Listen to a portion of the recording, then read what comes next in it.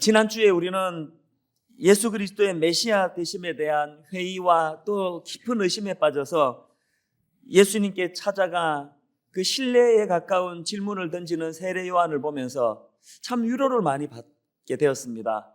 저런 믿음의 거장 세례 요한도 저렇게 회의할 수 있고 갈등할 수 있다는 것, 그것이 우리에게 주는 어떤 안도감이 있는 것 같습니다.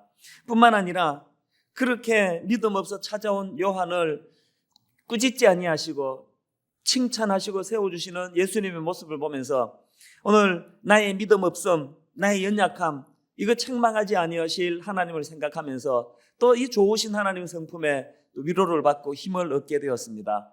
참 우리 하나님의 성품에 대해서 알면 알수록 마음에 큰 감동이 주어지는 것이 얼마나 좋은지 모르겠습니다. 저는 이 마태복음 10장, 11장을 읽는 가운데 참 이 안에서 또 발견되어지는 우리 예수님의 참 본받고 싶고 또 귀한 그 성품을 발견하면서 또 힘을 얻고 위로를 얻습니다. 마태복음 11장 속에서 발견되는 이 예수님의 참 아름다운 인격 두 가지, 그 중에 첫 번째가 뭐냐 하면은 솔선수범하시는 예수님이십니다.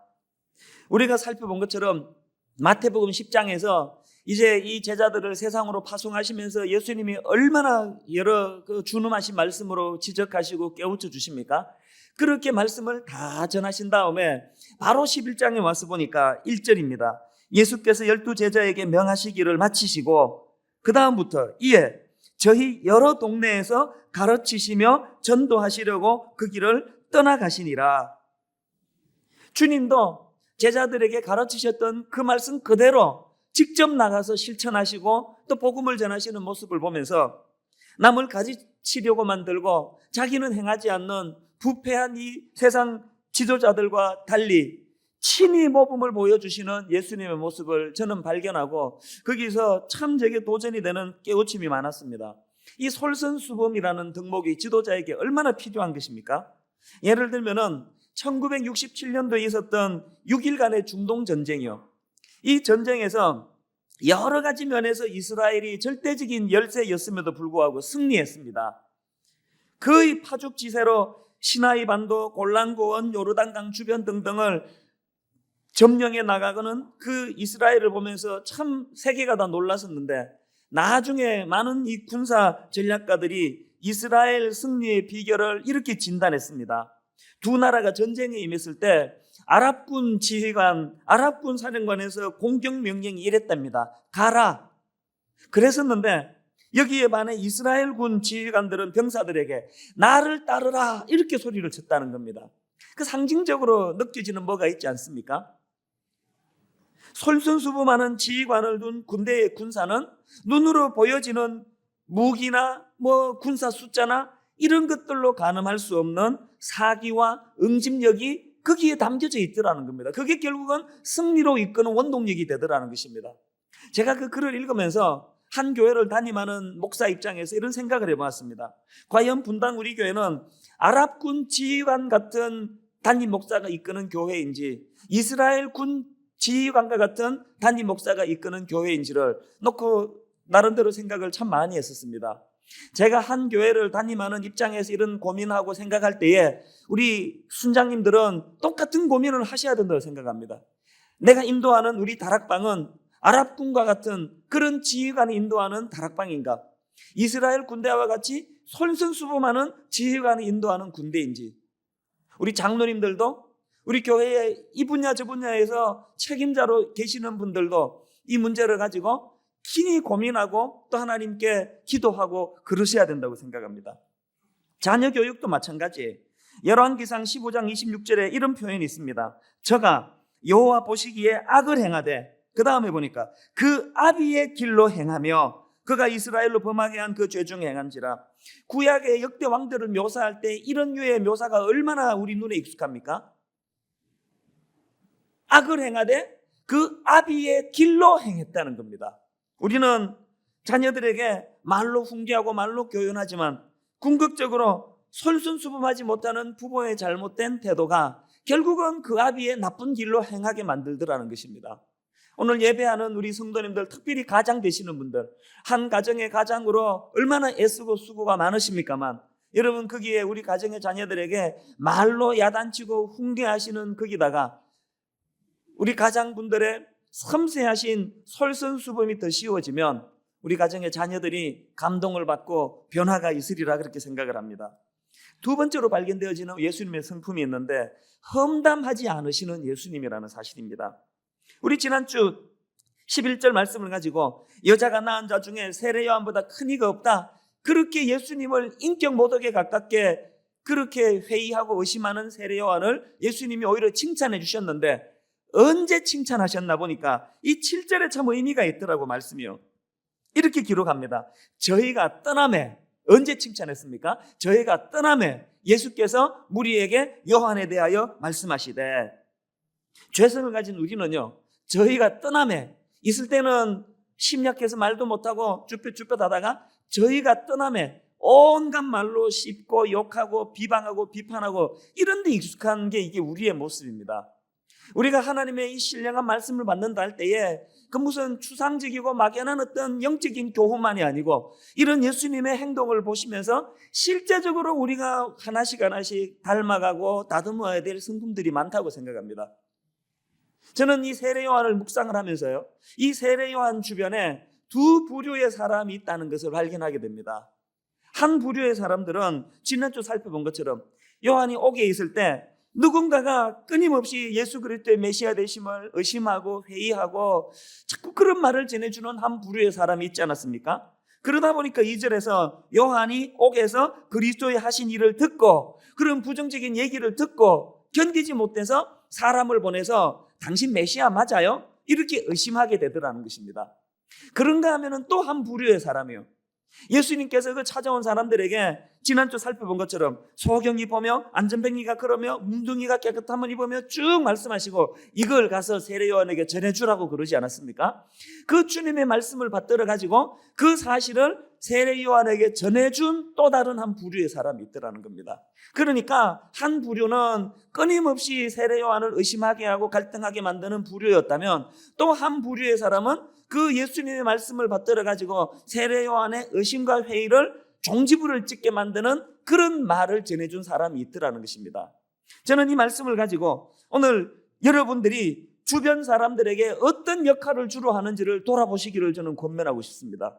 누군가가 여러분을 만나고 나면 신앙의 회의가 찾아오고, 누군가가 여러분을 만나고 나면 마음이 어두워지기 시작하고, 누군가가 여러분과 대화하고 나면은 그 사람도 안티로 돌아서 가지고 항상 여러분 주변을 어둡게 하는 그런 역할을 주로 많이 하십니까? 어두운 사람, 낙심한 사람, 좌절해 있는 사람에게 이 살아계신 예수 그리스도의 말씀을 가지고 희망을 전하고 복음을 전해가지고, 하여튼 여러분만 만나고 나면은 그 사람이 힘이 나고, 여러분만 만나고 나면 무슨 오해들이 다 풀려지고, 이런 역할을 주로 하시느냐 하는 겁니다. 어느 쪽이 많으세요? 어느 사람도요, 나는 1번이다, 나는 2번만 한다, 이런 사람은 없습니다. 둘 다 합니다. 그러나 우리가 예수 믿는다는 게 뭘 의미합니까? 날마다 우리의 약점은 고쳐나가고 우리의 강점은 더 세워나가야 되는 거 아닙니까?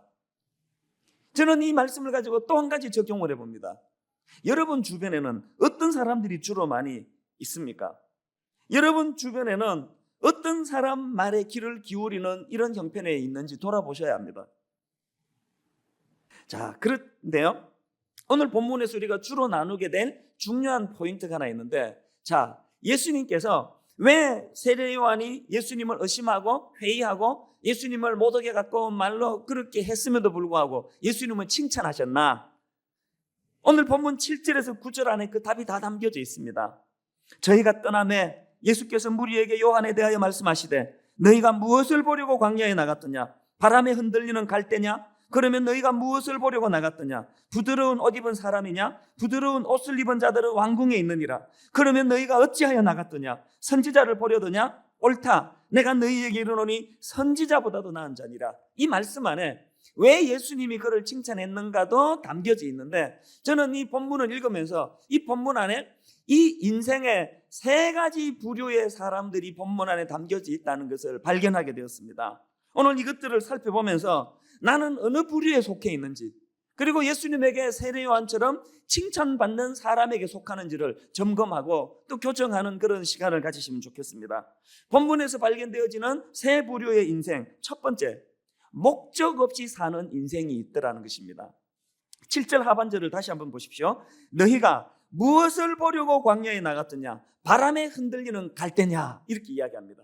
여기에서 목적 없이 사는 인생을 발견합니다. 예수님은 세례요한을 칭찬하시면서요, 그가 갈대와 같이 이리저리 흔들리는 존재가 아니기에 칭찬받을 만하다, 이렇게 말씀하십니다.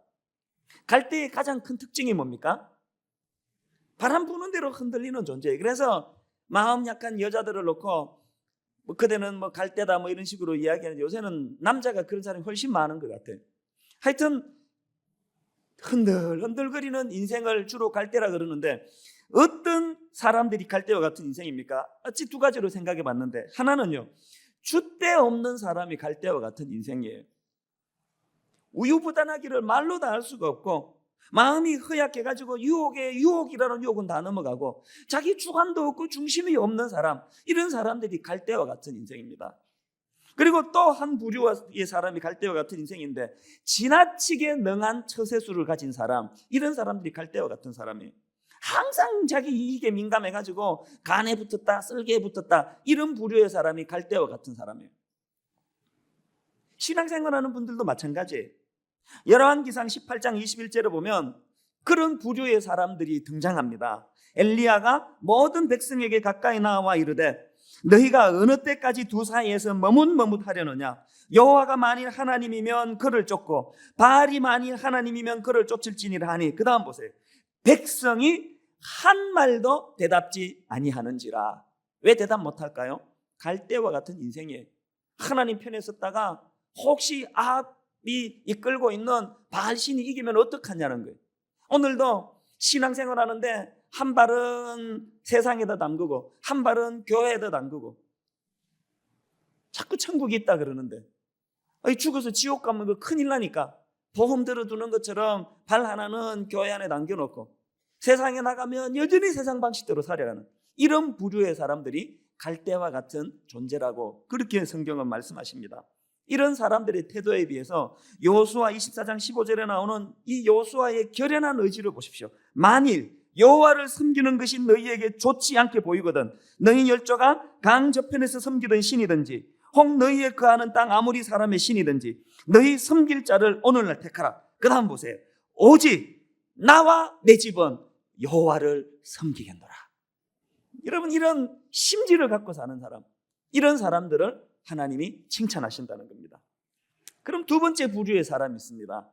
이 부류의 사람들은 잘못된 목적을 가지고 사는 인생을 말하는 것입니다. 8절을 보십시오. 그러면 너희가 무엇을 보려고 나갔더냐? 부드러운 옷 입은 사람이냐? 부드러운 옷을 입은 자들은 왕궁에 있느니라. 그 당시 옷이란 것은 신분과 계급을 나타내는 수단이었다고 합니다. 예수님께서도 설명하시면서 부드러운 옷 입은 사람을 묘사하면서 그런 사람들은 왕궁에 있다는 거예요. 왕궁은 권력의 상징 아닙니까? 그러니까 이런 부류의 사람들은 부를 추구하는 사람, 권력을 쫓는 사람, 쾌락과 사치를 따르는 사람, 이런 사람들을 추구하는 것입니다. 그러니까 앞에 갈대가 목적 없이 사는 인생을 빗댄 것이라면, 여기에 나오는 부드러운 옷 입은 사람은 잘못된 목적을 추구하는 사람을 지칭하고 있다는 사실입니다. 마태복음 24장 36절부터 보면은 예수님이 마지막 때에 임할 심판의 날을 이렇게 묘사합니다. 그러나 그날과 그때는 아무도 모르나니 하늘의 천사들도 아들도 모르고 오직 아버지만 아시느니라. 노아의 때와 같이 인자의 임함도 그러하니라. 홍수전에 노아가 방주에 들어가던 날까지, 그 다음에 보세요. 사람들이 먹고 마시고 장가들고 시집가고 있으면서 홍수가 나서 저희를 다 멸하기까지 깨닫지 못하였으니 인자의 임함도 이와 같으니라. 여러분, 먹고 마시고 장가들고 시집가는 게 이게 잘못된 겁니까? 그걸 잘못됐다고 말할 수가 없습니다. 저는 여러분들이 할 수만 있으면 부자 되시기를 바랍니다. 돈 많이 버시기를 바랍니다. 벌써 그 다음에 무슨 말을 할지를 모르니까 아멘을 지금 못 하시는 거예요. 안심하고 아멘 하세요. 부자 되세요.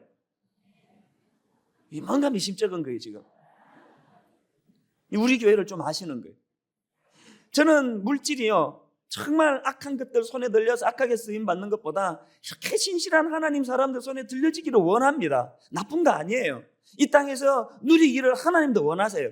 그러나 인생의 목표라는 것이 부드러운 옷 입는 것이 전부인 사람, 온통 인생의 목표라는 것이 이 땅에서 먹고 마시고 시집가고 장가가고 그저 좋은 집에서 살고 이런 것만이 전부인 잘못된 목적을 가진 사람들에 대해서 주님이 지적하고 계시다는 사실입니다. 저는 여러분들이 화려하고 부드러운 옷 입는 이것이 인생의 목표가 되는 잘못된 목표를 갖지 않으시기를 바랍니다. 그런가 하면 마지막 세 번째로 사명으로 사는 인생이 있더라는 것입니다. 9절에 보니까 그러면 너희가 어찌하여 나갔더냐 선지자를 보려더냐 옳다 내가 너희에게 이르노니 선지자보다도 나은 자니라. 지금 예수님이 세례 요한을 왜 칭찬하십니까? 그가 비록 실수는 있고 갈등이 있고 회의가 있지만 그는 사명을 아는 존재라는 겁니다. 말라기서 4장 5절에 보면은 구약의 맨 마지막 마무리를 주님이 이렇게 하십니다. 보라 여호와의 크고 두려운 날이 이르기 전에 내가 선지 엘리야를 너희에게 보내리니. 그랬는데 오늘 본문 11장 14절에 보니까 예수님이 세례 요한을 이렇게 칭하십니다. 만일 너희가 즐겨 받을진대 오리라 한 엘리야가 곧 이 사람이니라. 이런 사명이 세례 요한에게 있더라는 것입니다. 그리고 이사야 40장 3절에 보니까요. 외치는 자의 소리여 가로되 너희는 광야에서 여호와의 길을 예비하라 사막에서 우리 하나님의 대로를 평탄케 하라 이렇게 말씀하셨는데 여기서 외치는 자가 바로 세례 요한이라고 마태복음 3장 3절은 설명하십니다. 저는 선지자 이사야로 말씀하신 자라 일렀으되 광야에 외치는 자의 소리가 있어 가로되 너희는 주의 길을 예비하라 그의 첩경을 평탄케 하라 하였느니라. 이런 사명을 가진 존재가 세례 요한이라는 것입니다. 근데 여러분 우리가 주목해야 할 것은요. 누가복음 3장 2절에 보니까 안나스와 가야바가 대제사장으로 있을 때에 하나님의 말씀이 빈들에서 누구에게? 사가랴의 아들 요한에게 임한지라. 놀랍게도 세례 요한은 제사장의 아들로 태어나가지고 30세가 되면은 성전 직무를 감당할 제사장 후보였다는 것입니다. 한마디로 말해서 그는 안정된 생활과 종교적으로 높은 지위를 가만히 있어도 누릴 수 있는 그런 위치에 있었던 사람이라는 겁니다.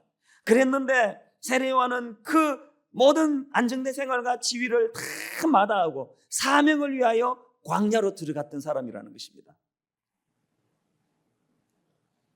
그 사명을 위하여 세례 요한은 모든 자기 기득권을 내려놓고 메시아를 전가하다가 감옥에 갇히는 비극을 경험하고 거기서 30 좀 넘은 나이에 목숨을 잃는 그 어려운 험난한 길을 택하더라는 것입니다. 예수님은 중심을 보세요. 비록 세례 요한이 그 과정에서 약간의 갈등은 있었고 약간의 우를 범했지만 예수님은 거기에 초점을 두지 않으시더라는 것입니다. 일 안 하면 욕먹을 일 없어요. 일하면 하여튼 욕먹어요. 뭔가 나서서 일하면 욕먹습니다. 찬양도 노래가 왜 저 모양이냐, 가운이 왜 저렇게 저러냐, 도대체 우리 찬양팀은 목소리가 왜 저 모양, 하여튼 일하면 욕먹어. 일하면 저 목사는 얼굴이 왜 저렇게 크냐, 하여튼 뭐 나서면 욕먹어요. 도마에 올라가니까. 그러나 여러분, 일하다가 실수하고 일하다가 회의에 빠지는 이런 것을 하나님께서 용납해 주십니다. 저는 여러분들이 일하다 욕먹는 것 싫어가지고 뒤로 물러서는 어리석음을 범하지 않으시기를 바랍니다. 이제 성남에 지난주에 건물 하나를 계약했습니다. 지역 아동센터를 이제 운영할 것입니다. 거기서 어려운 아이들 우리가 과외하고 공부를 가르쳐주는 할 거예요. 우리 교회에서 이제 사랑의 급식소를 시작합니다. 지금도 하고 있습니다. 한 주일에 한 번씩 하는데 매일 하자는 거예요. 여러분 얼마나 이 고급 인력이 우리 교회에 많이 나옵니까? 가서 조금씩만 조를 짜서 수고하면 오늘 밥을 굶는 아이들에게 우리가 사랑의 도시락을 전할 수 있다는 겁니다. 오늘 분당 우리 교회가 도배 장판 지원팀을 아예 상설로 만들고 싶습니다. 지난주 간정에서도 여러분 들어보셨잖아요. 장마가 나고 홍수가 나면은요, 온 집에 곰팡이가 쓸고 냄새가 나서 견딜 수가 없는데 도배지 하나 교체할 여력이 없는 분들이 너무너무 많다는 거예요. 이제 주 5일째니까 여러분 토요일마다 시간 많으시잖아요. 상설팀에서 여러분, 우리가 그런 데 가서 도배도 좀 해드리고 장판도 깔아드리고 우리 이런 일을 이제 복지법인을 통해서 좀 하자는 겁니다. 소년, 소녀가장, 독거노인 이런 분들과 좀 결연해가지고 우리가 조금씩이라도 힘을 모아서 그들을 섬기자는 거예요. 분당 우리 교회에 된 이 교회가 오늘 이 자리에 서 있다 할 때에 그저 대형교회 만들기 위하여 땅 부지나 찾으러 다니고 이러는 데에 급급하는 교회가 아니라 하나님 이 교회에 맡겨진 사명이 무엇인가? 왜 나를 이 교회에 보내주셨나? 하나님께서 이 교회를 통하여 힘있게 일하기를 원하신다는 이 사명의식을 회복하고 되찾는 그런 교회가 되기를 바란다는 것입니다. 저는 지난 여름 동안에 이 각설탕이라고 하는 그 영화를 보고 그 여운이 지금까지도 머릿속에 남아 있습니다. 그 영화는 뭐 동화 같아요. 실제로 동화 작가가 그 시나리오를 쓴 영화라고 합니다. 어릴 때 엄마를 여윈 그 여자 주인공 시온이라는 아이가 나오고요. 그리고 그 죽은 엄마가 생전에 가장 좋아했던 그 말이 새끼를 낳다가 그 천둥이 막 치는 날 새끼를 낳다가 그 어미 말이 죽어버립니다.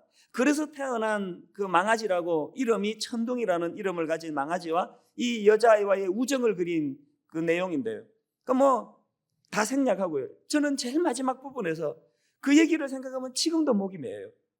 그 말을 잘 훈련시켜가지고 이제 그 아주 중요한 시합에 나가는데 이 시합을 잘 해가지고 승승장구해요. 마지막 결승을 남겨놓고 있는데 이 말에서 자꾸 코피가 나는 거예요. 알고 봤더니 그 말에게 이 폐에 심각한 손상이 찾아왔다는 거예요. 그래서 내일 이 시합에 나가는 것 자체가 무리라는 겁니다. 고민하다가 시합을 포기하고 그 말 수술을 하기로 결정을 했는데 수술하려고 봤더니 말이 없어져 버린 거예요. 나중에 봤더니 그 말이요, 내일 시합을 치를 그 경기장에 서 있는 거예요. 이 상징적으로 그 묘사하는 거겠죠. 그걸 보고 그 주인공이 참 감동을 받고 눈물을 흘리면서 시합에 임하기로, 위험을 무릅쓰고 시합에 임하기로 결정을 합니다.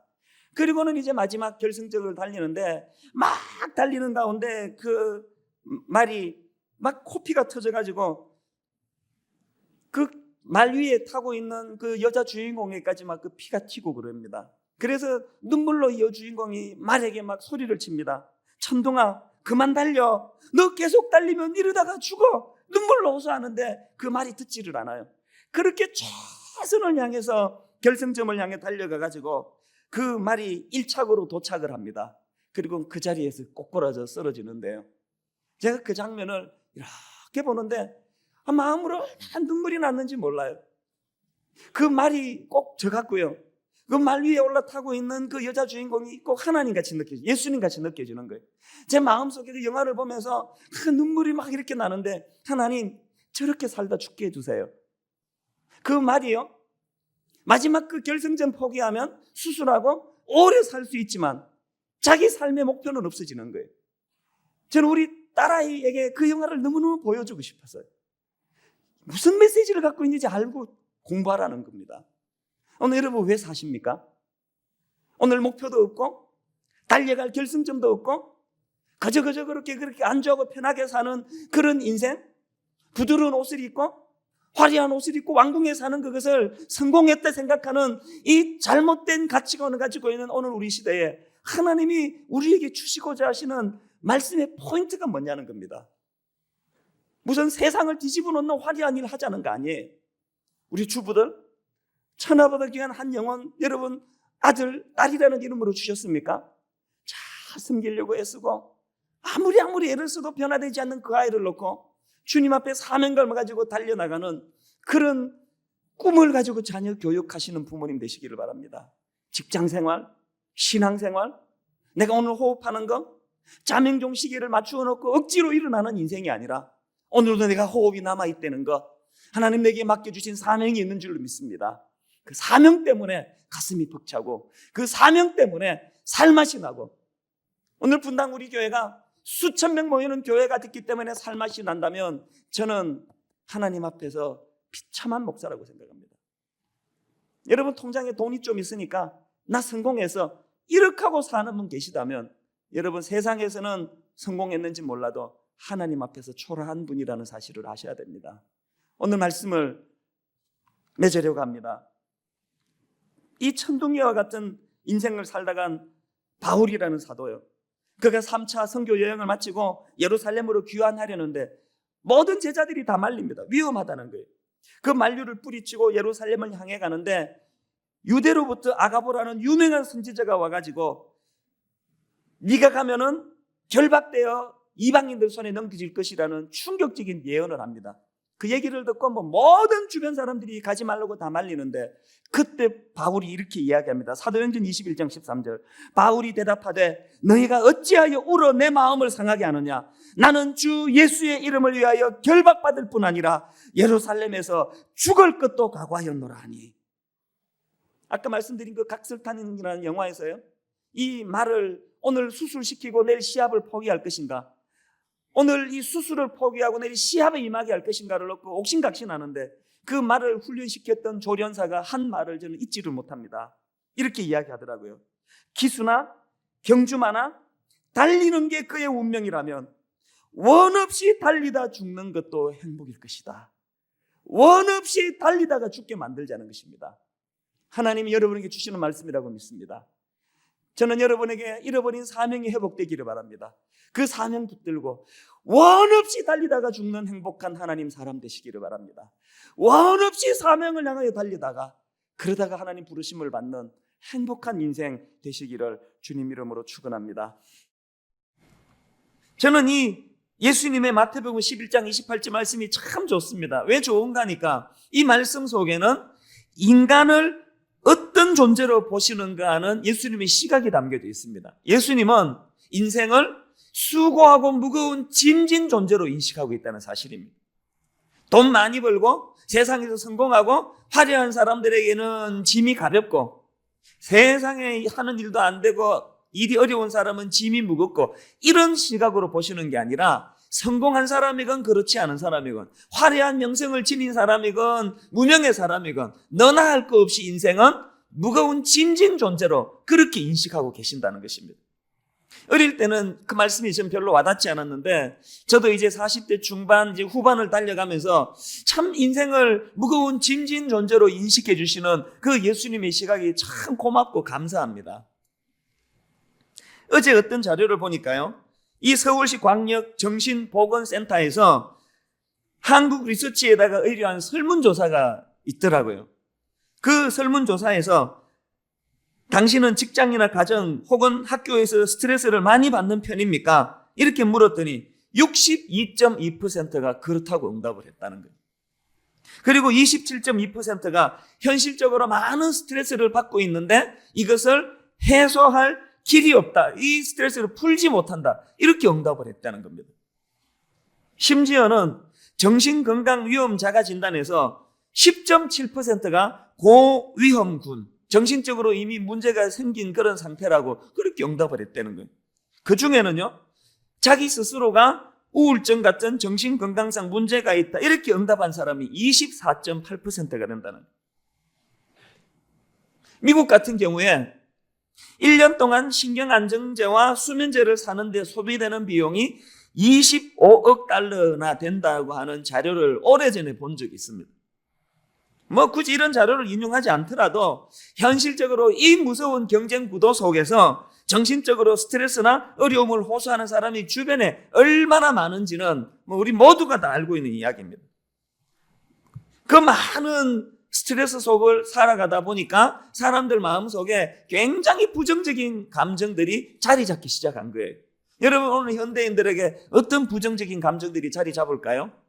몇 가지 있죠. 첫째로는 불안과 두려움이라는 감정입니다. 성공한 사람도 그렇지 못한 사람도 예외 없이 이 장래에 대한 두려움과 이 불안이 항상 둥지를 트고 있다는 거예요. 왜 그 미국같이 잘 사는 나라에서 수면제 없이는 잠을 들 수 없는 사람이 그렇게 많으냐는 거예요. 그런가 하면 두 번째로 현실 도피에 대한 충동이 우리 현대인들을 얼마나 괴롭힙니까? 모든 짐을 다 벗어버리고 싶다는 거예요. 이 현실 도피가 극단적으로 나타나는 것이 자살 아닙니까? 언젠가 보니까요, 이 46살 된 남자 치과의사, 치과의사 그러면 우리나라에서 그래도 엘리트 그룹인데요.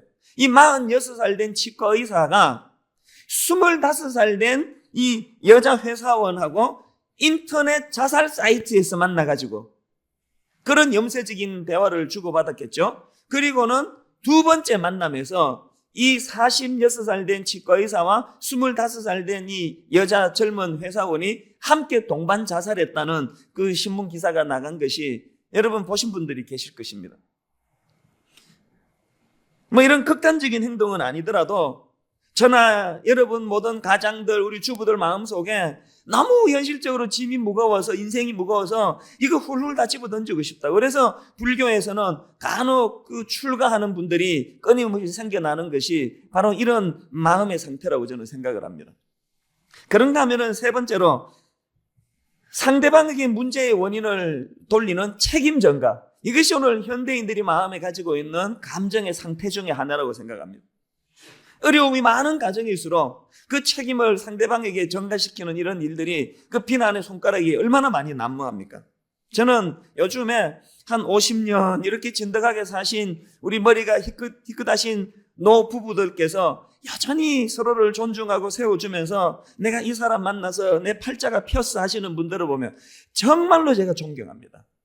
세월이 가면 갈수록 부부간에 그런 애틋한 사랑과 존경하는 마음의 자리 대신에 책임 전가의 자리가, 이 상대방을 추궁하고 비난하는 이런 일들이 현실적으로 얼마나 많으냐는 것입니다. 여러분, 누가 이런 인간의 내면에 이 부정적인 감정을 부인할 사람이 있습니까? 여러분들 마음속에 아니 난 그런 거 하나도 없어. 방금 목사님이 묘사한 그런 부정적인 감정이 나한테는 단 하나도 없어. 그런 분들은 집에 돌아가셔도 좋습니다. 문을 잠궈놨기 때문에 못 나가실 거예요. 아무도 그렇게 말하실 분 없으실 거예요. 살아가면 살아갈수록 예수님의 시각이 오롯이다. 인생은 너나 할 것 없이 수고하고 무거운 짐진 존재라는 사실을 부인할 사람이 아무도 없다는 것입니다. 그런데 중요한 것은 이런 우리 마음속에 있는 이 썬뿌리들, 이 부정적인 감정들의 원인, 근본이 어디에서 출발하느냐는 것입니다. 원인을 알아야 그걸 제거할 수 있지 않습니까? 병원에 가면 의사들이 약을 처방해 주기 전에 먼저 꼬치꼬치 증상을 묻습니다. 그리고는 원인을 진단합니다. 감기군요. 어디에 문제가 있군요. 이 우리가 가지고 있는 이 내면에 우리를 불편하게 만드는 이 감정의 뿌리, 원인이 어디서 기인하느냐를 발견하는 것은 문제를 치료하는데 굉장히 중요한 요소입니다. 누가 저에게 왜 현대인들 마음속에 이런 상한 감정들이 자리 잡게 되었냐고 물으신다면 저는 성경 창세기 3장을 읽어보시라고 권하고 싶습니다. 창세기 3장에 보면은 아담과 하와가 선악과를 따먹고 하나님께 범죄한 이후의 삶의 모습들이 나타나고 있는 내용입니다. 창세기 3장 8절을 보십시오. 그들이 그날 바람이 불 때 동산에 그니시는 여호와 하나님의 소리를 듣고 아담과 그의 아내가 여호와 하나님의 낯을 피하여 동산 나무 사이에 숨은지라. 그러니까 하나님 그들을 찾으세요. 9절에 여호와 하나님이 아담을 부르시며 그에게 이르시되 너가 어디 있느냐. 그렇게 하나님 찾으시니까 10절에서 아담이 이렇게 대답합니다. 이르되 내가 동산에서 하나님의 소리를 듣고 내가 벗었으므로 그 다음에 두려워하여 숨었나이다. 여러분, 인류 최초의 두려움이라는 감정은 하나님과의 관계가 어긋나고부터, 하나님과의 관계가 깨지고부터 찾아온 감정이라는 것입니다.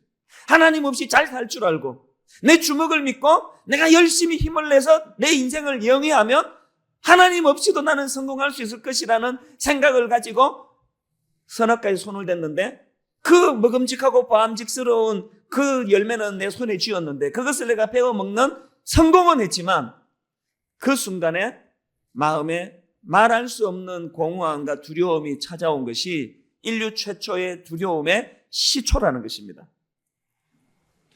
그리고 중요한 것은 이 성경을 보면은요, 그런 두려움이 찾아오자마자 나온 것이 현실 도피입니다.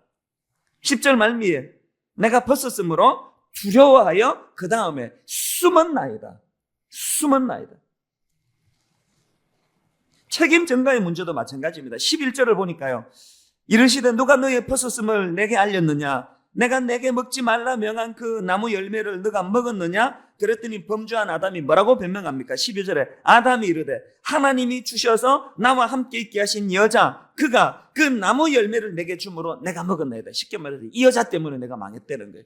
여러분, 범죄하기 전에는 이는 내 뼈 중에 뼈요 살 중에 살이라. 쉽게 말해 내 분신이라는 거예요. 이 여자랑 나랑은 일심동체라는 거예요. 그런 사랑의 노래를 고백했던 이 남자 입에서 이 여자 때문에 내가 망하게 됐다는 책임 전가가 어디서부터 나왔냐는 거예요.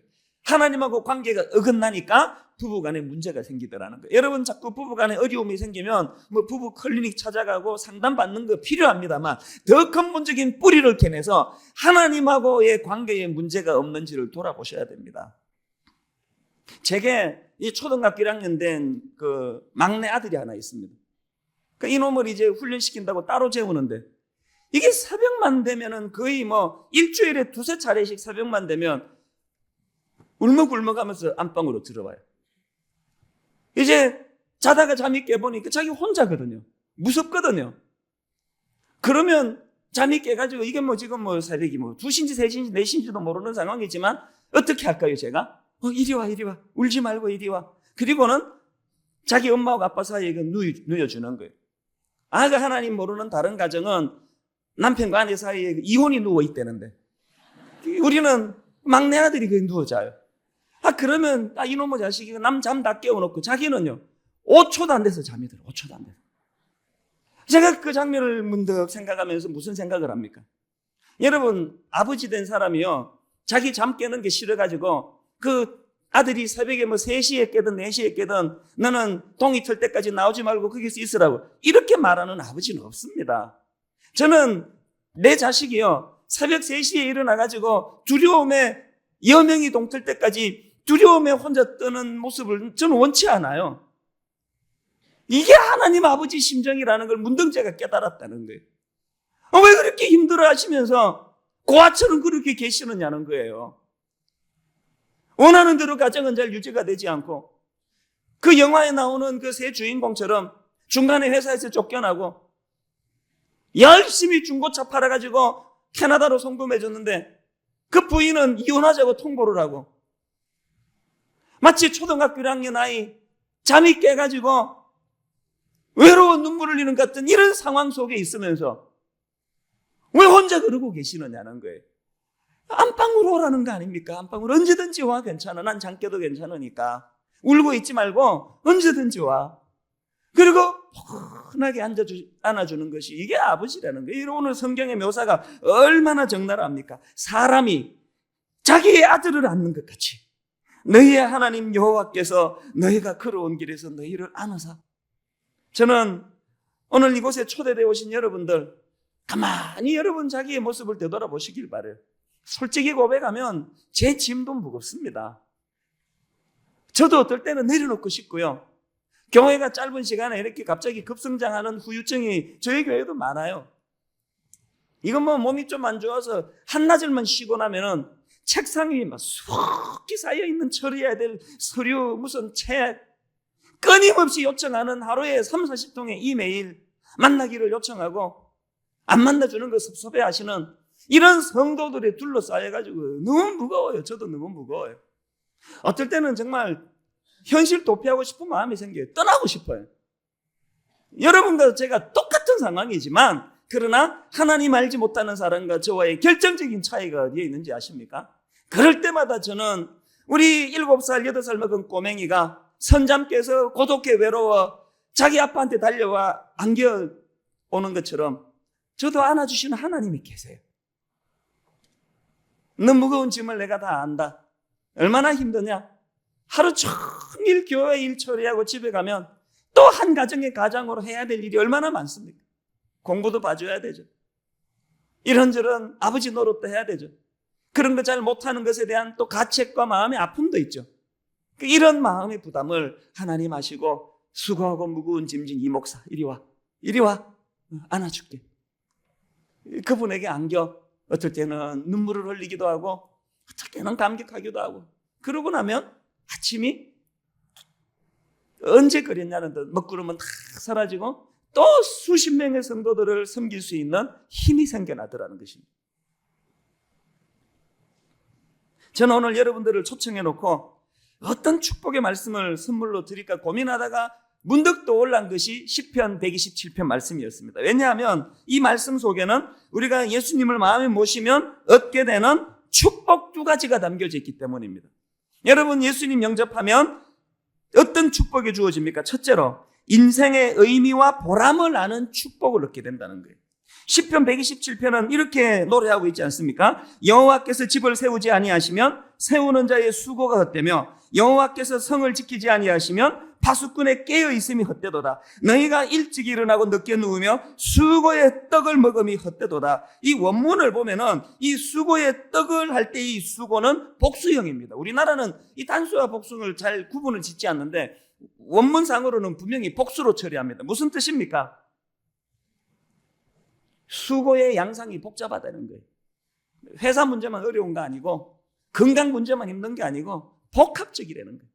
수고들의 떡을 먹는 거예요. 그러나 여러분, 이 구절로 오해하지 말건요, 네가 뭐 아침에 일찍 일어나고 늦게 눕는다고 돈도 못 벌고 뭐 성공도 못하고 그런 뜻이 아니에요. 오늘 이 본문이 말하는 그 수고의 노력이 헛되다는 게 뭘 의미하는지 아십니까? 인간은요, 하나님과의 관계가 어긋나고 나니까 그 마음에 공백이 생겼어요. 하나님과의 관계가 어긋나니까 마음의 빈자리가 생기니까 그 마음의 허전함을, 그 마음의 빈자리를, 그 생의 허무감을 달래기 위하여 미친 듯이 일을 했습니다. 여러분, 이 일 중독증에 걸려있는 사람들의 거의 공동체는 가정이 원만하지 않습니다. 가만히 보면은 어릴 때 부모에게 사랑을 많이 못 받았다거나 부부간의 관계가 원만하지 못하거나 이런 경우는 주로 일 중독증이에요. 이 모든 일 중독증에 걸린 사람이 다 그런 건 아니지만 보편적으로 그렇게 이야기할 수 있습니다. 뭘 의미할까요? 그 마음의 허전함을 성취하는 것으로 누리고 싶은 거예요. 돈 많이 버는 것으로, 높은 자리에 올라가는 것으로. 교회하는 목사님들을 봐도, 저 자신을 봐도 하나님과의 관계가 어긋나 있을 때 자꾸 교회를 키우고 싶어요. 인정받고 싶어요. 유명한 목사라는 소리를 듣고 싶어요. 사랑받지 못한 증거예요. 하나님은 자주 제게 말씀하십니다. 난 네가 큰 교회 세우기를 원하는 것보다는 너하고 나하고 친밀했으면 좋겠다. 내 사랑을 너가 거절하지 아니하고 나를 향한 너의 마음을 내가 기쁘게 받고 아버지와 자녀로서의 아름다운 관계를 유지하고 싶다는, 그럴 때마다 제가 이 교회를 키우고자 하는 욕망이 자주자주 꺾이는 것을 경험하는 거예요.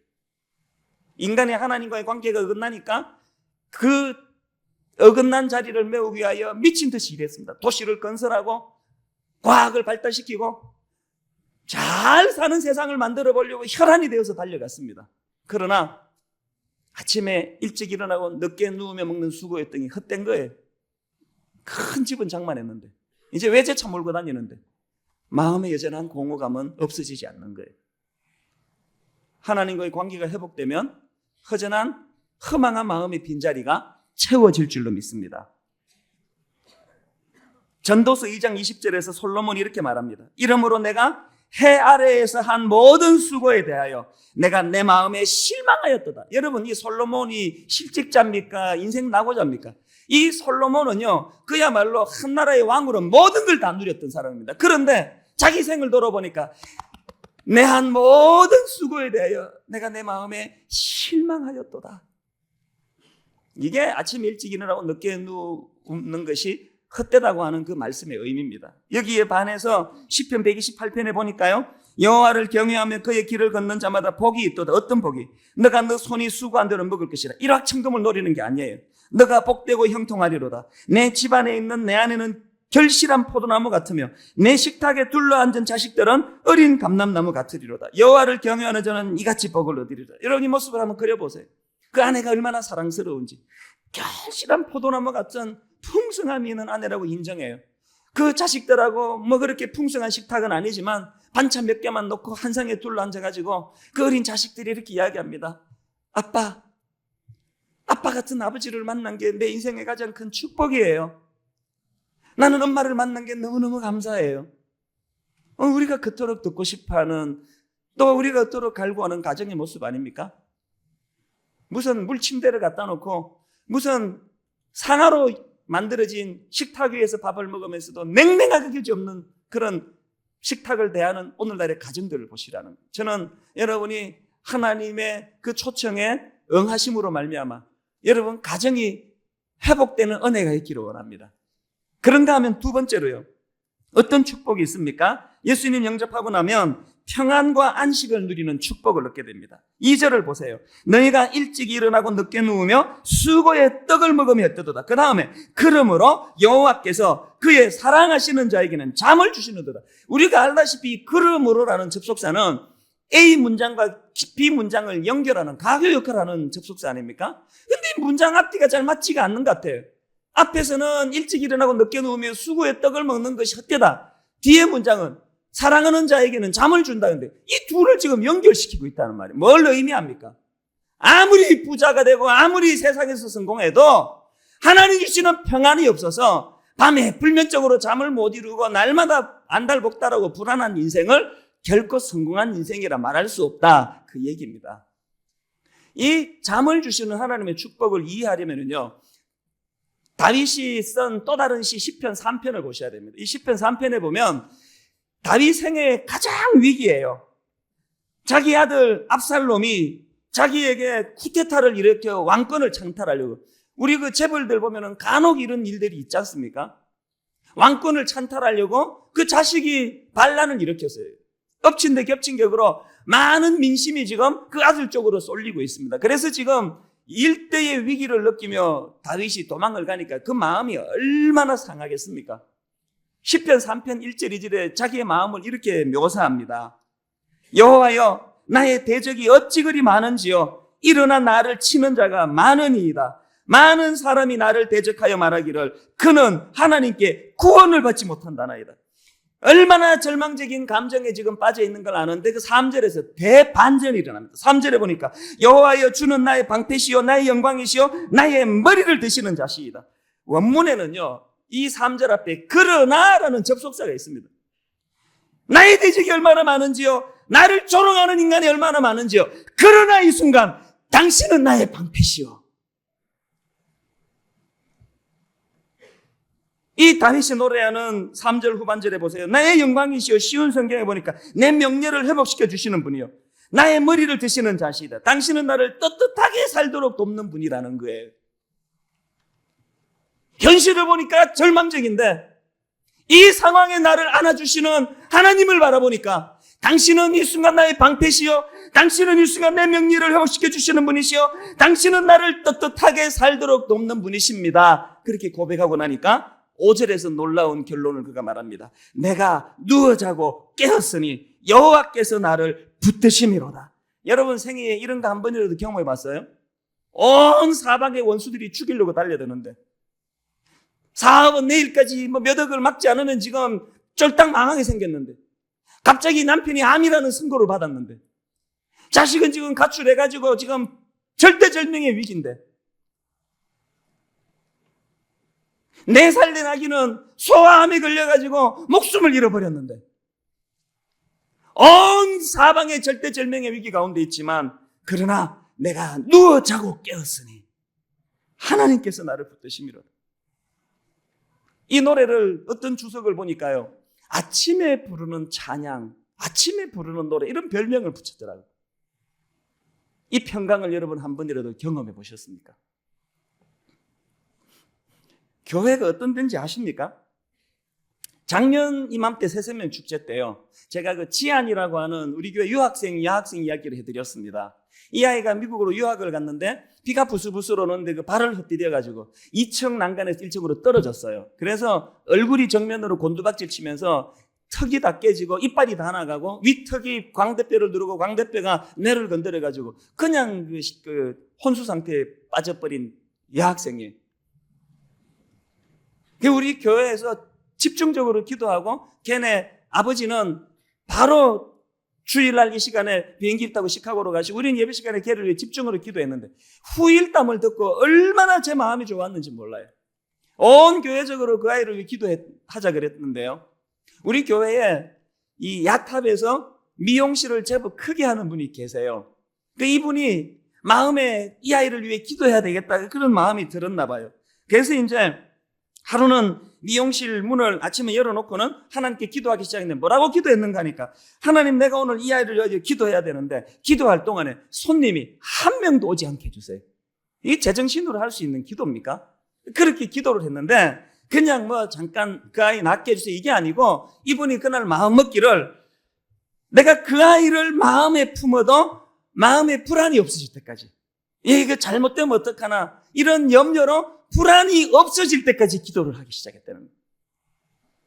그러니까 예상보다 기도가 길어졌어요. 이걸 저에게 알려준 그 교역자 얘기를 들어보니까 오후 4시인지 5시인지까지 기도를 했다는 거예요. 그게 무슨 뜻입니까? 그때까지 손님이 한 명도 안 왔다는 거예요. 그렇게 이제 마음의 평안이 찾아오고 기도를 마무리하고 그 여자분께서 뭐라고 기도 마무리를 했냐면은 하나님 내가 오늘 내 이웃의 아픔을 위하여 기도하느라 오늘 하루 장사 공쳤으니까 나머지는 하나님 알아서 해주세요. 그렇게 하고 기도를 마무리했다는 거예요. 희한한 일은 지금부터예요. 4시인지 5시인지부터 기도가 끝나고 사람이 몰려오기 시작하는데요. 그날 결산을 해보니까 당일치기로 하루에 올린 매상이 그날이 최고를 기록했다는 거예요. 왜 그런 눈으로 보세요? 저도 이런 이야기하기 힘들어요. 안 믿을까 하니까. 말도 안 되는 소리 하지 말라는 포정을 짓지만요. 제가 그 이야기를 듣고요. 혹시나 과장스럽게 전할까봐 이것 전해준 그 목사님한테 문자로 해서 달라고 했습니다. 내 과장하지 않도록.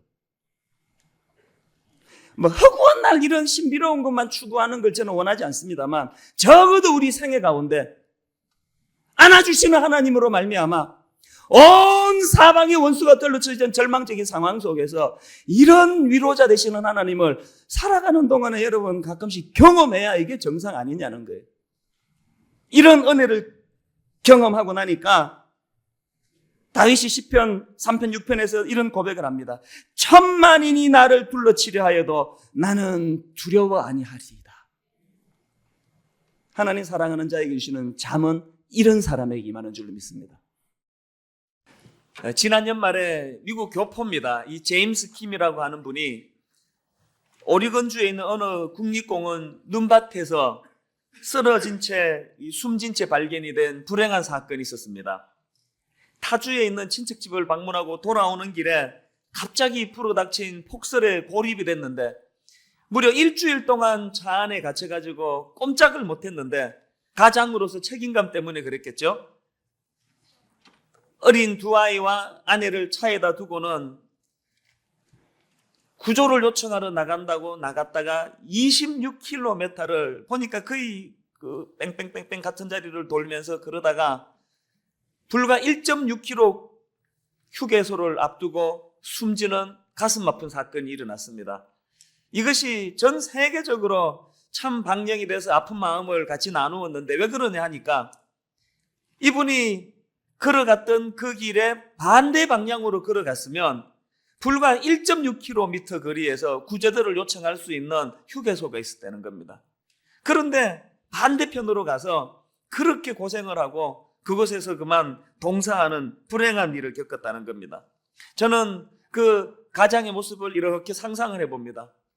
일주일을 굶었으니 그 허기진 배를 쥐고 그래도 가족을 살려야 되겠다는 책임감 때문에 이러저리 헤맸지만 결국은 자기가 판단할 때 이 길이라 생각했지만 그 길이 바로 죽음의 길이라는 것을 몰랐던 인간의 한계. 그 사건을 전하는 신문기사 타이틀이 이렇게 됐습니다. 큰 머리 글자로 제임스 킴이 만약 반대 방향으로만 걸었다면.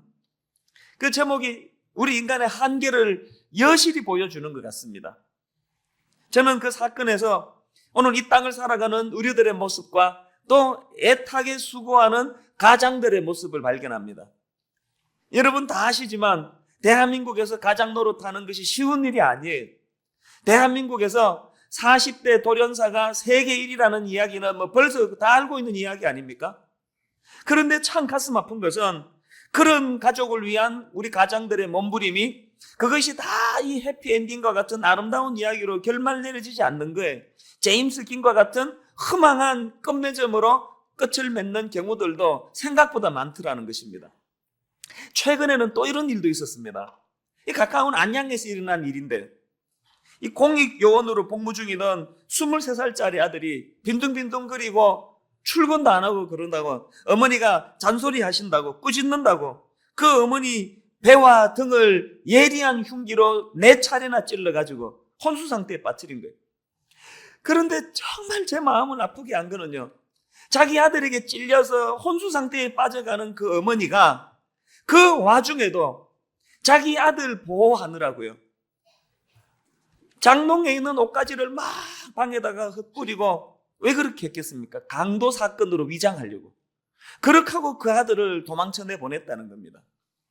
제 마음이 아픈 건요, 이런 지극정성인 사랑, 세상에서 도무지 듣지도 보지도 못한 이런 사랑을 가진 부모라고 해서 그 자식이 다 잘 되지 않더라는 거예요. 이 귀한 어머니에게서 자라나는 그 아이가 폐륜화가 돼가지고 자기 어머니를 칼로 찌르는 이런 일이 일어나고 있는 것이 이 땅에서의 일입니다. 이런 인간사의 모습들을 예고나 하는 것처럼 성경 시편 127편 1절 2절은 이렇게 말씀하십니다. 여호와께서 집을 세우지 아니하시면 세우는 자의 수고가 헛되며 여호와께서 성을 지키지 아니하시면 파수꾼의 깨어 있음이 헛되도다. 그 다음 보세요. 너희가 일찍 일어나고 늦게 누우며 수고의 떡을 먹음이 헛되도다. 하나님 없는 인생의 애씀이 얼마나 허무한가 하는 것을 보여주는 그런 말씀 아닙니까? 5월은 가정의 달입니다.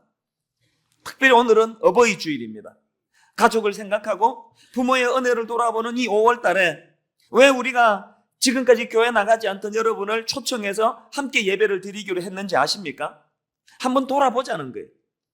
그 제임스 킴이 너무 안타까운 길을 택했지만 거기에 함정이 있더라는 거예요. 왜냐하니까 두 갈래 중에 올바른 길 1.6km만 걸어가면 휴게소를 만날 수 있는 그 길이 비포장도로였기 때문이라는 거예요.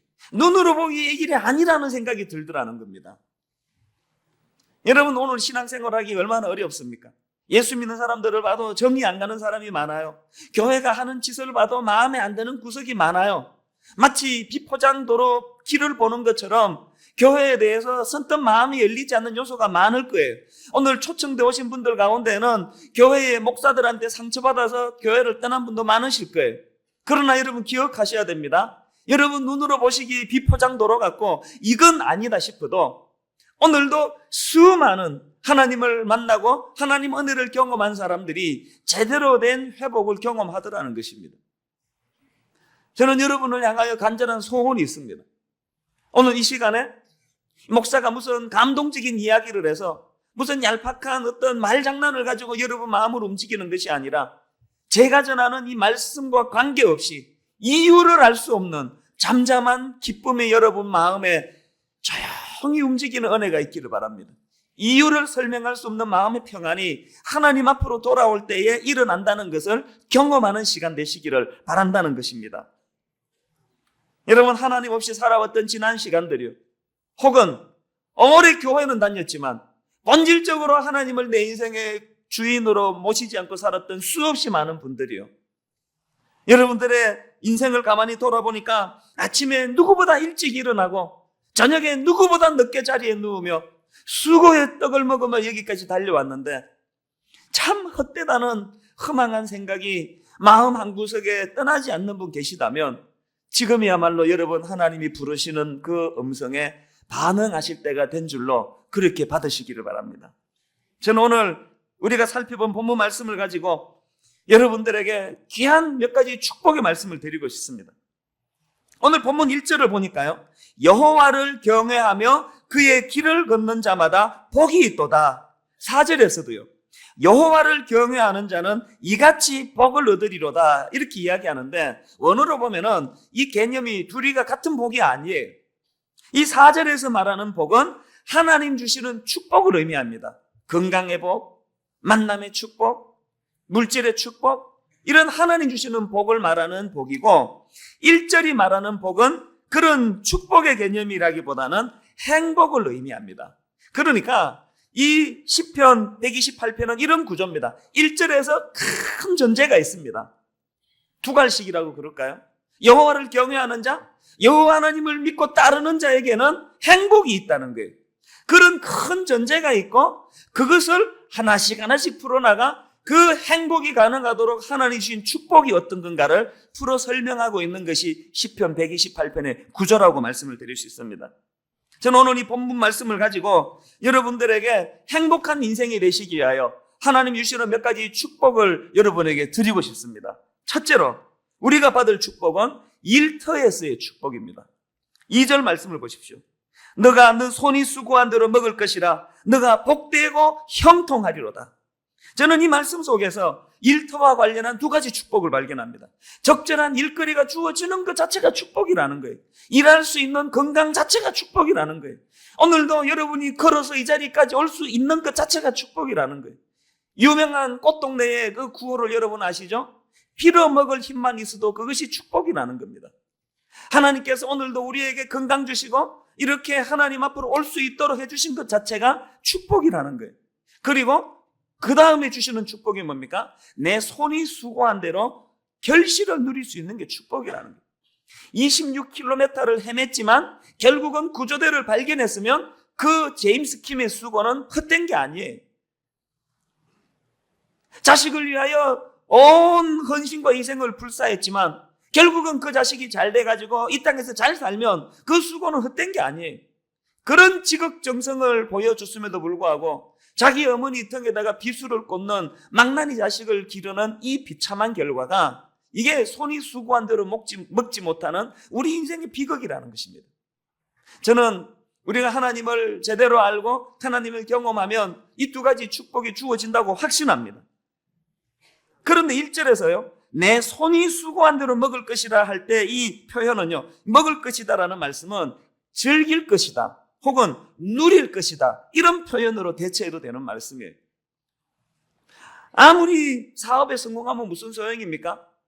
아무리 넓은 아파트에서 사는 것이 무슨 소용이 있습니까? 누리지 못한다면? 즐기지 못한다면? 여러분 꼭 기억하세요. 믿음 좋은 사람은요. 죽어서 천국 가는 티켓 가졌다고 즐기는 사람이 아니에요. 진짜 믿음이란 것은 내 삶에 영향을 미치는 거예요. 오늘을 기쁘게 만드는 거예요. 오늘을 즐겁게 만드는 겁니다. 이 순간을 누리는 거예요. 이 순간을 즐기는 거예요. 이 하나님 주시는 축복이라는 것입니다. 두 번째로 우리가 받을 축복은요. 가정에서 누리는 축복입니다. 이 가정의 평안이 얼마나 중요합니까? 아무리 사업이 잘 되고 아무리 바깥에서 인정을 받아도요. 가정이 평화롭지 못하면 결코 행복한 인생이 아니에요. 오늘 성경의 구조가 그것을 말해줍니다. 2절에서 일터에서의 축복을 노래했던 이 본문 말씀이 3절에서 가정을 언급합니다. 내 집 안방에 있는 내 아내는 결실한 포도나무 같으며 내 식탁에 둘러앉은 자식들은 어린 감람나무 같으리로다. 이 3절이 채워져야 2절의 축복다워진다는 겁니다. 여러분 이 장면 한번 머리로 그려보세요. 4절에 말하는 여호와를 경외하는 그 가정의 가장, 그리고 결실한 포도나무 같은 성숙한 아내, 그리고 어린 감람나무 같은 자녀들이 한 상에 둘러앉아가지고 무슨 얘기를 나누는지 깔깔깔깔깔 거리면서, 제가 어제 주례를 준비하면서 자료를 뒤져보니까 미국의 500여 명의 전문가들이 좋은 가정을 이루기 위한 분석을 나누는데 그것을 한 9가지로 설명했는데 그 중에 한 가지가 행복한 가정을 위해 갖추어야 될 것, 유머 감각이에요. 유머 감각. 이런 점에서 한국의 남자들은 유머 감각을 좀 키워야 돼요. 얼굴 표정이 그래갖고 어떻게 애들이 두런두런 좋아하겠습니까? 밝게 유머 감각이. 저는 참 이상한 게 나가면 그게 되는데 집에 들어가면 아빠 피곤하거든. 이게 안 나와요. 유머 감각이. 집에서 다 소진하고 나가서 피곤해서 제가 오늘은 못 웃겨드립니다. 이렇게 양해를 구해야 되는데 반대라는 거예요. 어쨌든 간에 여러분 한 상에 둘러앉아가지고 비싼 음식이 돼서가 아니에요. 외국에서 데려온 탁자에서 밥을 먹기 때문이 아니에요. 같이 웃음꽃을 피우고 우습지도 않은 이야기를 하면은 깔깔깔깔깔 거리고. 여러분 이런 모습이 언제적 여러분 가정의 모습입니까? 저는 오늘 하나님께서 우리 가장들 마음을 움직여 주시고 우리 아내들 마음을 움직여 주시고 우리 자녀들 마음을 움직여 주셔서 이런 축복이 회복되기를 바랍니다. 오늘 저녁에 그 모습이 회복되기를 바랍니다. 웃음꽃이 피는 가정에서 식탁에 둘러앉아가지고 한 상에 둘러앉아 그런데 중요한 것은요, 그런 행복한 가정이 가능하기 위해서 기억해야 되는 것. 베드로전서 3장 7절에 보니까 남편들아 이와 같이 지식을 따라 너희 아내와 동거하고, 그 다음 보세요. 그를 더 연약한 그릇이요 또 생명의 은혜를 함께 이어받을 줄 알아 귀히 여기라. 가정 행복을 위하여 기억해야 될 두 가지. 하나는 이 사람이 연약한 존재라는 거예요. 성경에 보니까 아내를 더 연약한 그릇으로 알라는 거예요. 남편은 어떤 사람이라고요? 연약한 그릇. 여러분, 남자들 강하지 않습니다. 제가 남자라서 아는데 진짜 강하지 않습니다. 남자들 약합니다. 얼마나 약한데요. 그 약한 남자를 가정의 가장으로 세워놓고 날마다 실망했다 그러시면 안 돼요. 그게 인생이에요. 그게 남자예요. 여자들은 더 약한 존재라고 성경이 이야기합니다. 가정 행복을 위해서는 상대방을 긍휼히 여기는 마음이 필요한 거예요. 이 남자가 안 그래도 약한데 한국의 유교적인 분위기 속에서 울면 안 된다는 분위기 속에서, 한국의 유교적인 분위기 속에서 약해지면 안 된다는 그런 강압적인 교육을 받아가지고 표현도 못하지만 하루에도 12번씩 무너지는 게 우리 남자들이에요. 저 자신도 마찬가지예요. 아무리 교회에서 어려운 일이 있어도 집에 가면 썩웃음을 지을 망정 속에 얘기 다 하지 못하는 게 그게 남자들이에요. 가장들이에요. 약한 남자예요. 더 약한 아내예요. 서로에 대해서 불쌍히 여기는 마음, 긍휼히 여기는 마음. 당신 왜 그렇게 약해 빠졌냐고 서로를 비난하고 힐난하는 가정이 하나님 알지 못하는 가정이라면 하나님 아는 가정은 긍휼함이 있는 가정이라는 거예요. 그리고 자녀에 대해서도 마찬가지예요. 본문에 보니까 자녀를 어린 감람나무 이렇게 표현을 하는데요. 보편적으로 팔레스타인에서 자라나는 이 감람나무가 다 자라면은 한 20m 내지 30m 같은 굉장히 크게 뻗어가는 나무인 것 같아요. 그런데 어린 감람나무예요. 뭘 의미할까요? 지금은 안 자랐어요. 20m는 고사하고 2m도 안 돼요. 볼품이 없어요. 그러나 이 어린 감람나무라고 표현하는 표현 속에는 무한한 가능성이 담겨 있는 거예요. 잠재력이 담겨져 있는 거예요. 그걸 인정하는 부모 밑에 자라나는 자녀들이 행복하다는 겁니다. 여러분 혹시 일본에서 자라는 코이라고 하는 비단 잉어에 대해서 들어보신지 모르겠습니다. 자녀를 설명할 때 이 코이 잉어를 많이 인용을 하는데요. 이 참 재밌는 물고기예요. 이 코이라는 물고기는 특이한 게 어항에서 키우면은 보통 5cm 내지 8cm 정도로 자란대. 조그만한 고기예요. 그런데요, 연못에 넣어서 키우면은 15 내지 25cm로 자란다는 거예요. 원래 그런데 이 코이라는 물고기가 강물에 사는 코이를 조사해 보면은 90에서 120cm짜리로 그렇게 자라고 있다는 거예요. 뭘 의미하는지 여러분 아시잖아요. 저는 오늘 우리 어린아이들이 코이 같은 존재라고 생각합니다. 너무 가정에 가두어가지고 학원 스케줄, 무슨 스케줄, 부모의 계획대로 의항 속에 자라나는 것처럼, 그래서 지식은 많은데 죄송한 표현으로 잔챙이로 자라는 애들이 많은 것 같아요. 여러분 둘러보세요. 여기에 그래도 사회에서 한자리하고 계시는 분들 거의 다 시골 출신이에요. 자기가 서울 출신인데 나 성공했다는 사람 손 들어보세요. 이렇게 많지 않으세요? 분명히 계시긴 계시겠죠. 많지 않으세요. 거의 다 시골 출신이에요. 우리 어른들은요 방목했잖아요. 이분들이 뭐 교육을 알아가지고 교육적으로 방목한 게 아니고 보릿고개로 먹고 사는 게 힘들어서 자녀 교육에는 신경 쓸 겨를이 없어서 그래서 방목해서 키웠어요.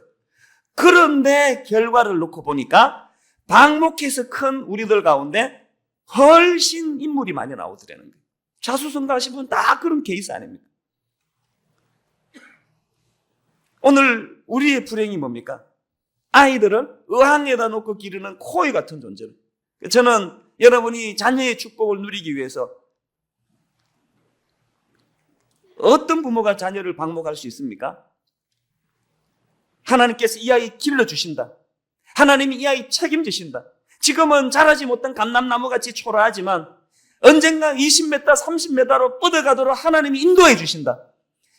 연약한 인간이 아무리 아웅다웅해도 키울 수 없는데 하나님께 맡기면 하나님이 인도해 주신다.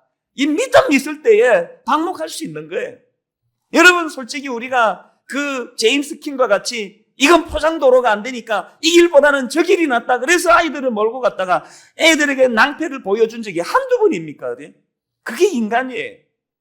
저는 여러분들이 가정의 축복을 위해서 하나님께 자녀들을 맡기는 믿음 갖게 되시기를 바랍니다. 맡기는 거예요. 맡기는 거예요. 그래서 어떤 교육 전문가가 이야기한 것처럼 모든 자녀 교육을 한마디로 이야기하라 그랬더니 떠나보내는 거래요. 떠나보내는 거예요.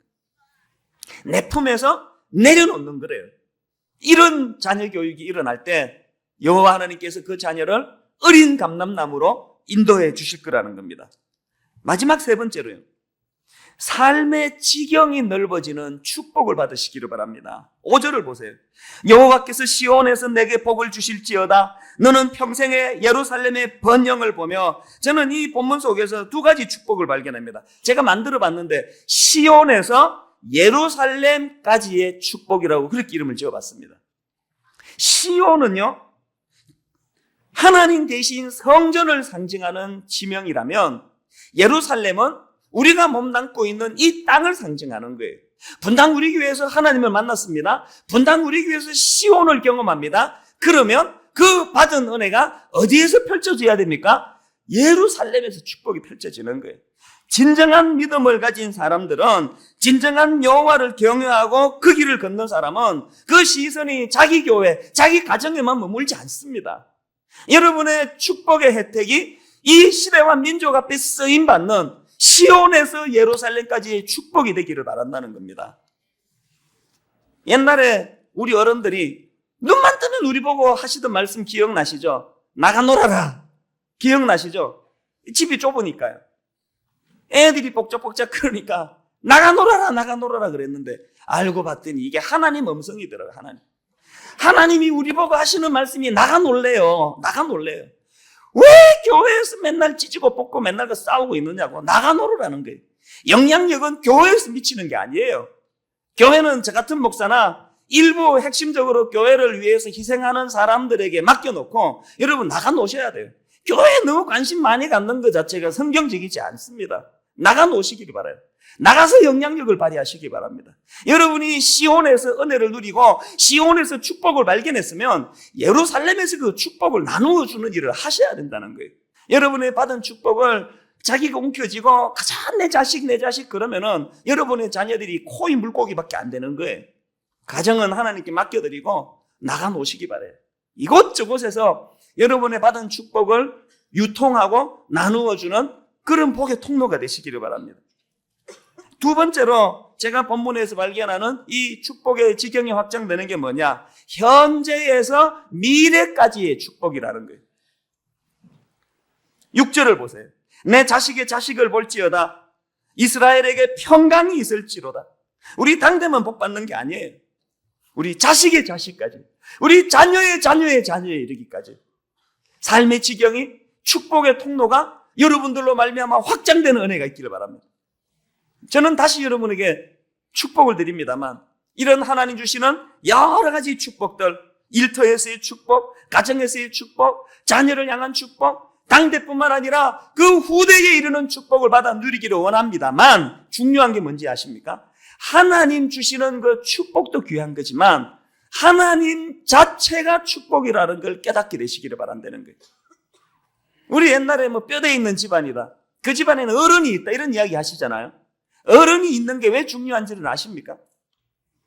지난 5월 8일 날 오랜만에 옥하는 목사님을 찾아뵙고 아버지 같은 분이니까요. 감사하다고 조그마한 선물을 들고 인사를 갔어요. 목사님은 너무 바쁘신데 그 비서 얘기를 들어보니까 딴 분들은 식사하자 그래도 시간도 잘 못 내신다는데 저는 10분만 시간 내달라 그랬는데 밥 먹자 그래서 그게 너무 영광이었어요. 제가 이제 식사를 하려고 식탁을 마주하는데 첫 마디가 이거였습니다. 목사님, 옛날에도 존경했는데 지금은 진짜 존경합니다. 진짜에다가 힘을 팍 실어가지고 진짜 존경합니다. 왜냐 하니까요, 어른들 이렇게 말씀하시잖아요. 니도 나중에 시집가서 애 낳아봐라. 그 말이 딱 맞아요. 제가 교회를 개척하고 옥 목사님 사역에 비하면 아무것도 아닌 이런 사역이지만 저한테는 이게 버거워가지고 뭐 허덕허덕거리면서 보니까 홍 목사님 너무 존경스러운 거예요. 여러분, 집안에 어른이 있는 게 왜 의미가 있는가 하면요, 요 근래에 이제 뭐 늘 힘들지만 요 근래에 한 2주 동안에 영적으로 부대끼는 일이 좀 있었고 좀 마음에 좀 힘듦이 있었어요. 그러다가 문득 옥 목사님이 생각이 났습니다. 저 큰 한국의 대표적인 교회를 세우기까지 옥하는 목사님이 얼마나 힘들었을까를 생각을 하면서 제가 깨달은 게 뭔지 아십니까? 제가 목사님 밑에서 10년 부교육자로 있는 동안에 한 번도 설교 시간에 힘들다고 내색한 적이 없으세요. 한 번도 주변 사람들에게 나 얼마나 힘든지 아나라고 말씀한 적이 없으세요. 제가 그 깨달음을 딱 얻고 나니까 저는 너무 많이 내색하는 것 같아요. 설교 시간에도 나 힘들다고 이야기하고, 순장님들 모임에도 나 힘들다고 이야기하고, 그게 비교가 딱 되니까 이게 내가 아직까지 미숙한 거구나. 옥 목사님은 이러셨는데 이렇게 내색하는 게 아닌 거구나. 이거 배워야 되겠다. 그러면서 배우는 거예요. 오늘도 해버렸지만 저는 이런 생각을 합니다. 인간의 성숙이라는 것은요, 그 사람이 얼마나 자기 성찰에 능하냐의 문제라고 생각합니다. 누구든 처음부터 슈퍼맨은 없습니다. 자기 성찰을 통해서 늘 자기를 돌아보면서 성장해 나가는 거예요. 이런 맥락에서요, 여러분, 인간적으로 한 성숙하신 어른을 영적 아버지로 모시고 살아도 날마다 그분과 나를 비추어가면서 자기 성찰을 통해서 나 자신에게 참 부족한 것을 발견하며 나아간다면, 온 우주를 만드신 하나님께서 내 인생의 주인 되신다면, 내가 날마다 그분을 내 삶에 조명하고 비추어간다면, 그런 자기 성찰이 있는 사람하고 하나님 없이 제멋대로 사는 인생하고 여러분, 결론이 같을 수가 없다는 겁니다. 제가 클라우드 박사라는 분이 쓴 바운더리스라는 책을 보니까, 바운더리스라는 거 경계선, 보호선 그런 뜻이지 않습니까? 그 책에서 한 실험을 한 이야기를 알고 있습니다.